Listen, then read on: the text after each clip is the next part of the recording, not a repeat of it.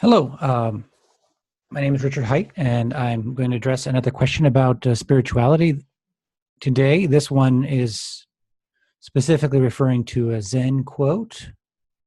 Let me bring up the email. This is from Clive Siebgritz, from Clive. And so he says he would like to, he finds my videos useful. He was wondering what my thoughts are on the following Zen quote. Quote, before enlightenment, chop wood, carry water. After enlightenment, chop wood, carry water, unquote. He says, I guess there are many levels to this quote, but I'm grappling with the fact that enlightenment does not change you. I'm assuming that it does as I have no direct experience, and I also understand that life goes on, i.e. we live in a capitalistic environment, society, so we have to carry on with our lives, jobs, chores, and it feels like this quote is saying nothing fundamentally changes. I'm not asking this question for lack of desperation. I'm merely asking to understand this quote at a deeper level. Many thanks, Clive. So first and foremost, I typically don't answer questions that are not coming from a place of, I typically don't answer questions that are trivial. And there was a person who's just interested in kind of like a trivial understanding of the topic. And I'm not saying that Clive's question is derived from a desire to just have a trivial understanding of the quote. I don't really know. It may be coming from a much deeper place within him that he may or may not be aware of. But in this case, I felt like this question needs to be answered, and it may help many people.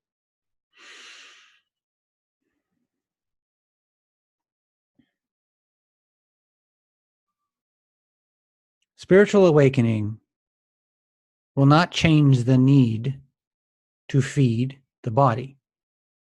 It will not change the need for water. One must drink in order for this body to continue to live. One must eat in order for this body to continue to survive. This body is built on accumulation of material matter. If these material matter inputs are not sustained, the body will break down and decay and return to the earth which it came. It is basically an organized packet of earth walking around that is dropping off cells and replacing them constantly. If you were to do a time-lapse video extended over 100 years, the human being is essentially a fountain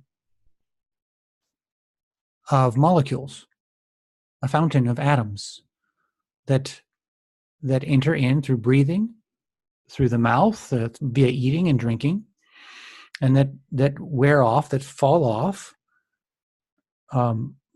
as cells die, as we perspirate, sweating, or transpirate, another form of sweating where the water evaporates, of urination and defecation.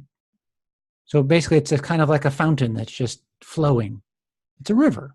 The human body is a river of atoms. We only see it as a fixed thing because our perception doesn't take into account such extended time frame. But in order to maintain the body,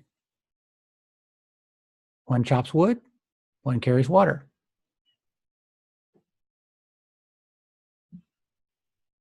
Now, of course, that statement was born hundreds of years ago when chopping wood and carrying water was necessary for survival. In some countries, in some places where we live, chopping wood and carrying water is important. I still chop wood. I live in the mountains. I chop wood for the fireplace because we do not have internal heating besides a fireplace or a wood stove.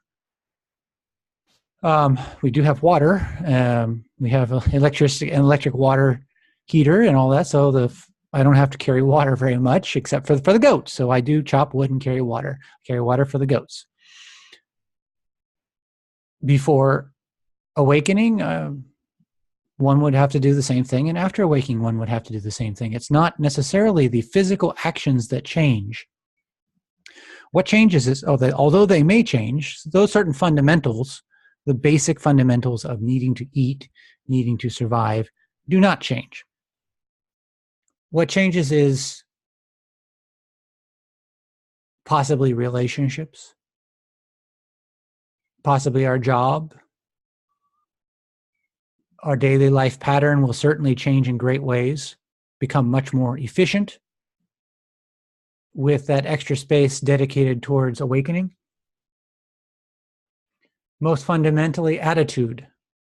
Attitude will change. The way in which we chop wood and carry water changes in two ways. One,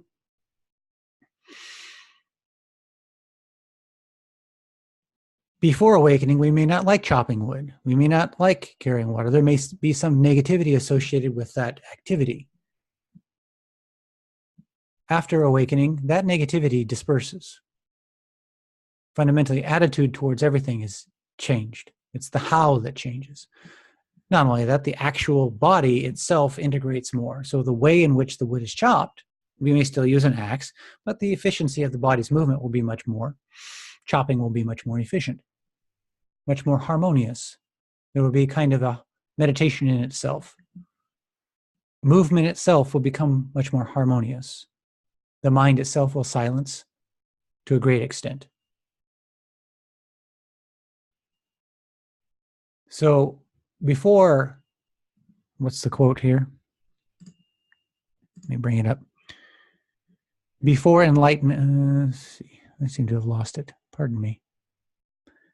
Before enlightenment, one chops wood and carries water. After enlightenment, one chops wood and carries water. That statement is true. But the flow of the chopping, the flow of our lives may change. The atmosphere of our lives changes dramatically.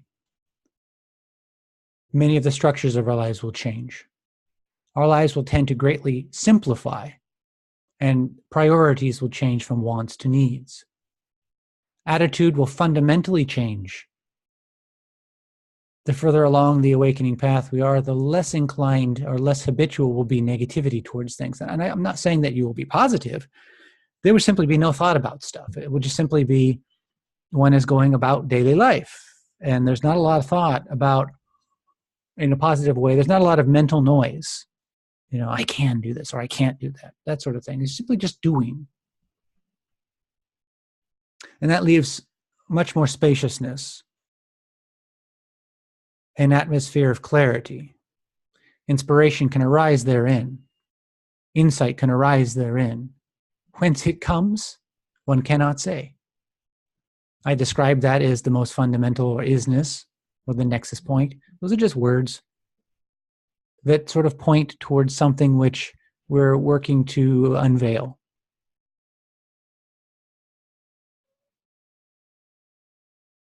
To further the awakening process, we start to notice the attitudes when, quote unquote, chopping wood and carrying water. Begin to notice the incredible amount of energy and negativity that may be caught up in these activities, or also positivity. Possible. What I mean by that, positive mental narratives. Any mental narrative, notice it. It's not necessary. And cut away that which is unnecessary. Consciousness, it does what is necessary in the context of the moment, no more, no less. It is like a perfect energy current. It does not have noise. It doesn't release heat. It doesn't release light. It is clear. It is efficient. Consciousness works ever towards greater efficiency, towards silence, towards spaciousness. Less struggle. And working with attitude is fundamental to that. So I hope that this answered the question. Unfortunately, I seem to have lost the email that I was working with, pardon me, for that. Oh, here it is. Sorry, Clive. Thank you, Clive. I found it. So the quote was, before enlightenment, chop wood, carry water. After enlightenment, chop wood, carry water. I hope my response brings some clarity to this point. It's important not to think that enlightenment will remove the body from the need for food and water, for basic survival. There are a lot of myths, and a lot of energy is caught up in ideas like being able to go without, no longer needing food or water. An enlightened being no longer needs food or water. If one looks into that feeling and the desire to pursue such things, invariably one will discover a certain attitude, a desire to escape, a desire to move beyond what allows one to be human. I mean, the physical body itself allows the physical body to be human. To be human means to relate with other people, to interact, to share losses and gains, to eat with one another. When one goes without food for a time, one's social life is gone. There's no need to socialize. Most of our social life surrounds food and work. Work is so that we can provide ourselves and our families with food. Once we no longer need food or water, we no longer need work, we no longer need social relations, we no longer need anything. We are seeking an escape from physicality. There's nothing wrong with physicality. Nothing wrong with this experience. If there's anything that's wrong, quote unquote, it's the attitude that makes it wrong. So we work with the attitude. If at some point we transcend the need to eat and drink, so be it. That's not really the goal of awakening. At least that's not been my goal. And you're welcome to have that goal. No judgment against that specifically. Explore these things. Just realize that there is a cost. And there are a lot of snake oil salesmen that will tell you such and such a person no longer eats or drinks and sell you this. And there are a lot of people that die or suffer organ damage due to pursuing such things. I wonder, what is the real motivation behind such pursuits? Awakening is awakening to the realization of our most fundamental motivations and the layers of identification and false motivations that are based on misunderstandings, that are based on fear, ultimately, and a sense of separation. And once we notice those motivations, we may no longer take interest in the desires to no longer eat and drink and other such ascetic desires. All right, take care. Thank you. Bye-bye.